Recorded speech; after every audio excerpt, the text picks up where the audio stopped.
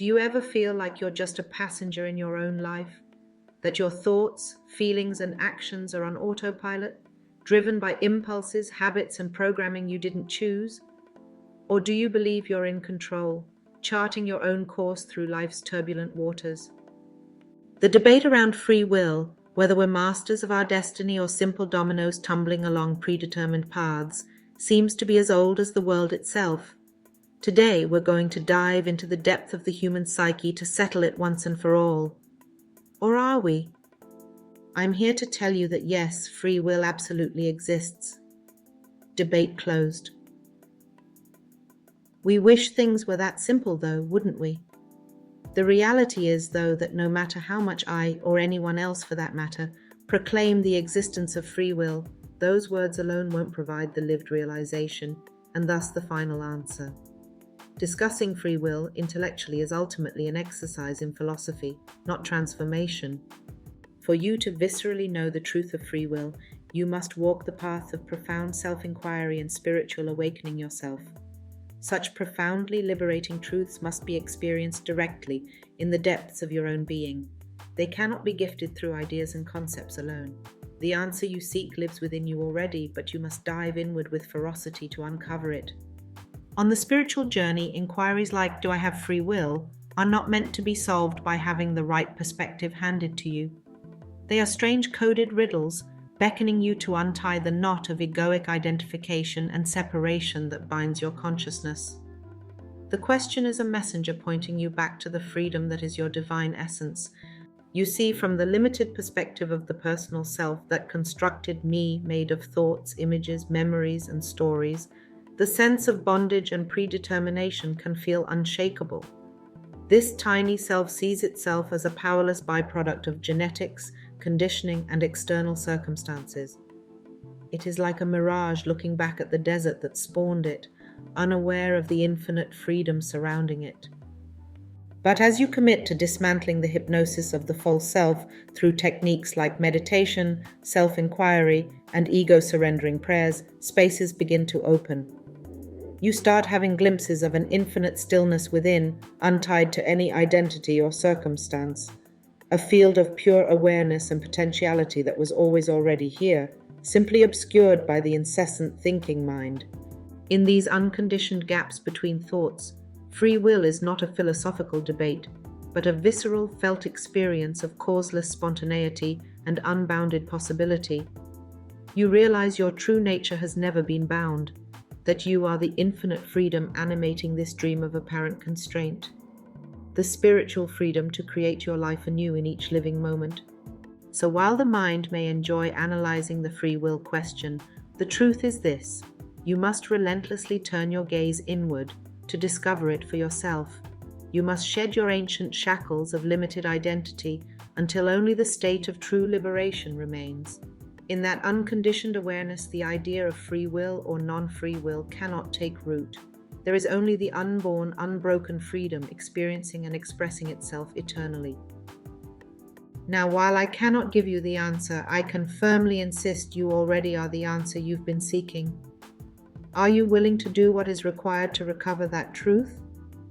The door to freedom is always open, but you must choose to walk through it. The choice has been yours all along. Free will isn't about having infinite choice or being able to do absolutely anything. It mainly lives in two key moments. The first moment of free will. Much of our experience can feel like a choiceless momentum, an unconscious loop of thoughts, emotions, and behaviors reinforcing itself. Take the pattern of victimhood, for example. Maybe someone hurts or offends you, and instead of addressing it directly, you indulge in resentful stories about how you're the victim and they're the perpetrator. You compulsively replay and relive the pain over and over, which amplifies the hurt and a sense of disempowerment. So you complain about the situation endlessly, unknowingly not merely attracting, but also reinforcing even more circumstances that cast you as the victim. As the cycle perpetuates, you start saying, "This is my life. This is who I am, the perpetual victim." Here lies the radical pivot point, a moment of free will, available if you're willing to see it. You can notice, hey, I'm caught in this looping victimhood pattern again. And by mentally indulging it, I'm unconsciously perpetuating it in my lived experience. That flash of lucid awareness represents a brief breaking of your unconscious identification with the pattern itself. For a split second, there's a sort of psychological stepping out of the dreamlike trance. Usually, we're so fully absorbed and fused with our mental narratives and emotions that we can't disidentify from them. The thoughts and feelings have a hypnotic, reality-shaping power over us because we're unconsciously viewing from inside the pattern. But in that moment of free will, a part of you temporarily disidentifies and sees the pattern from a bit of a distance, almost like an outside observer. This allows the loop to be perceived as a sort of an impersonal machine-like pattern rather than interpreted as this is my life and who I am. So how does that pivotal moment arise? It often happens spontaneously at first through some shock or shift that momentarily breaks your entrenched identification. Maybe you hit a low point where the pattern's negative effects become undeniable. Or you have an insightful dialogue with someone able to lovingly mirror the loop back to you. As you become more psychologically aware, these moments of lucidity can start arising through your own mindfulness and self-inquiry. You develop the habit of noticing and questioning your thoughts and emotional patterns as they're happening.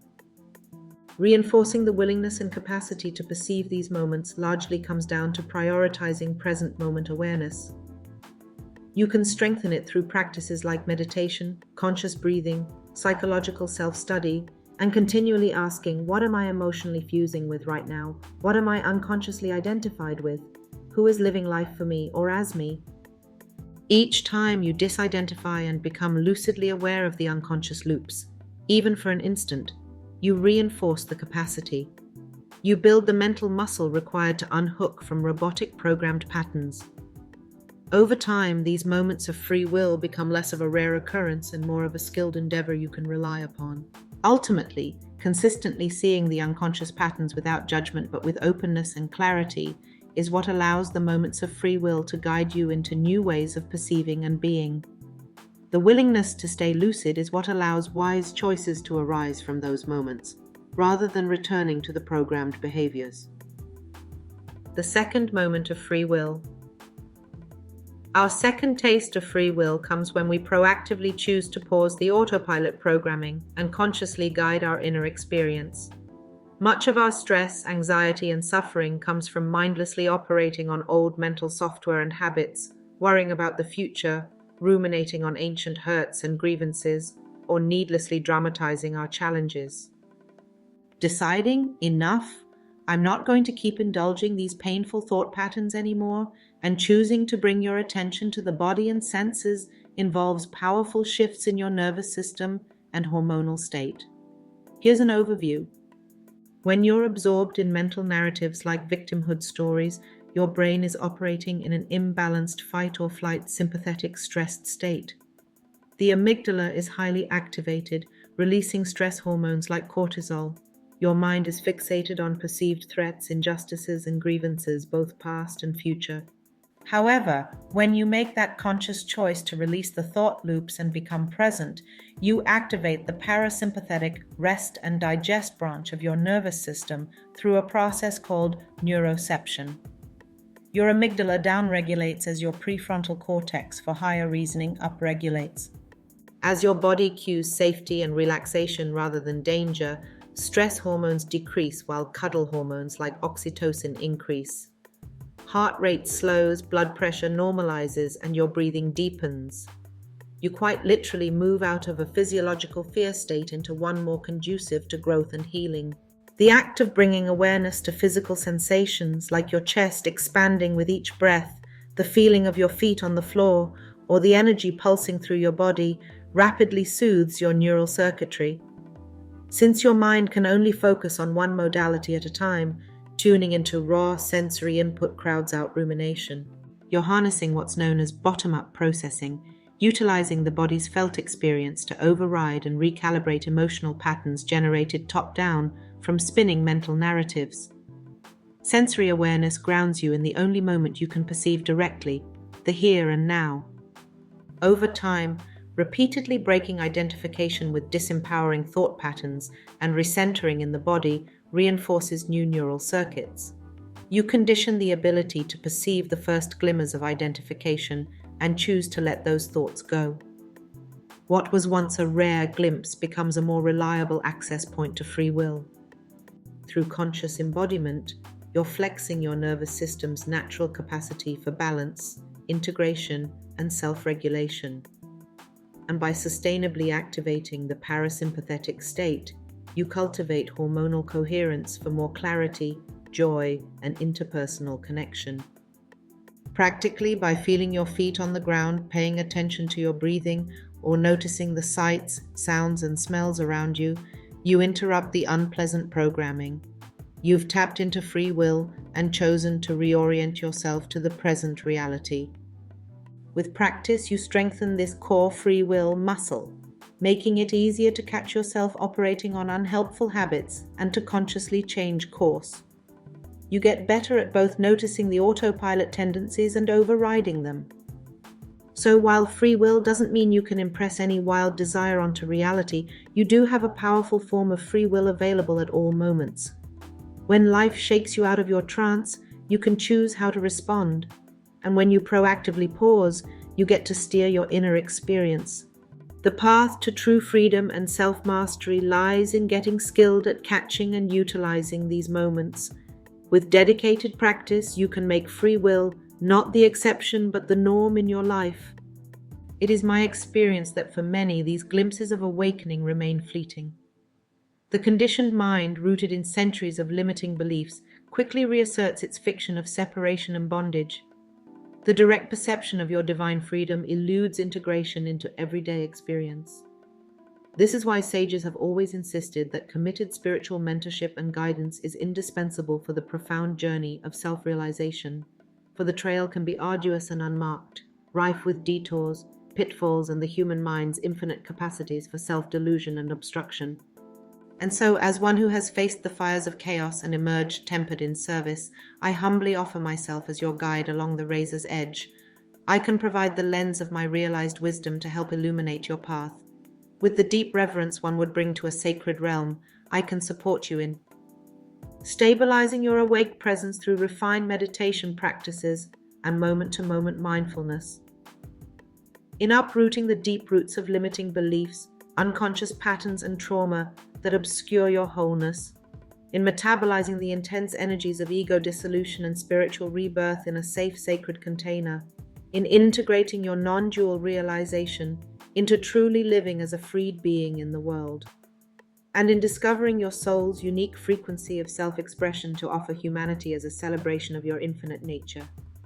However, I cannot walk these mysteries for you, nor will I ever claim to fully capture the ocean of your potentiality in finite form. For you are a holographic vortex of the infinite, capable of birthing unprecedented expressions of beauty and truth as you remove all constraints on your creativity. I can only attest that staked upon the path ahead lies the most precious treasure, the direct experiential realization that you are already free, already whole, and already one with the source of all that arises. An unbounded awareness playing in infinite possibility. The question now is whether you are willing and ready to reclaim that birthright, to blast through the final layers of doubt, resistance, and identify fixation, keeping you tethered to a limited existence. I have utmost faith in the blazing truth within you that is ultimately self-validating and self-actualizing. So if you feel the sacred summoning from the core of your being to shed your last gilds of illusion, I invite you to join me in this consecrated alliance of soul rebirth, to finally live, move, and breathe as the freedom you've always unknowingly been. The choice has always been yours alone, but we can walk together on the journey of remembering your eternal will until all separation and bondage are consumed by the radiant fire that is your limitless and undying spirit. All that's required is your willingness to let go of all illusions of separation and surrender wholeheartedly into the blissful truth of your divine essence. That choice beckons you home to your eternal nature in this present moment. Where will you choose to abide? In the fiction of bondage or the limitless expanse of sacred freedom? The path to realizing your supreme will really begins now. Thank you for watching. Namaste.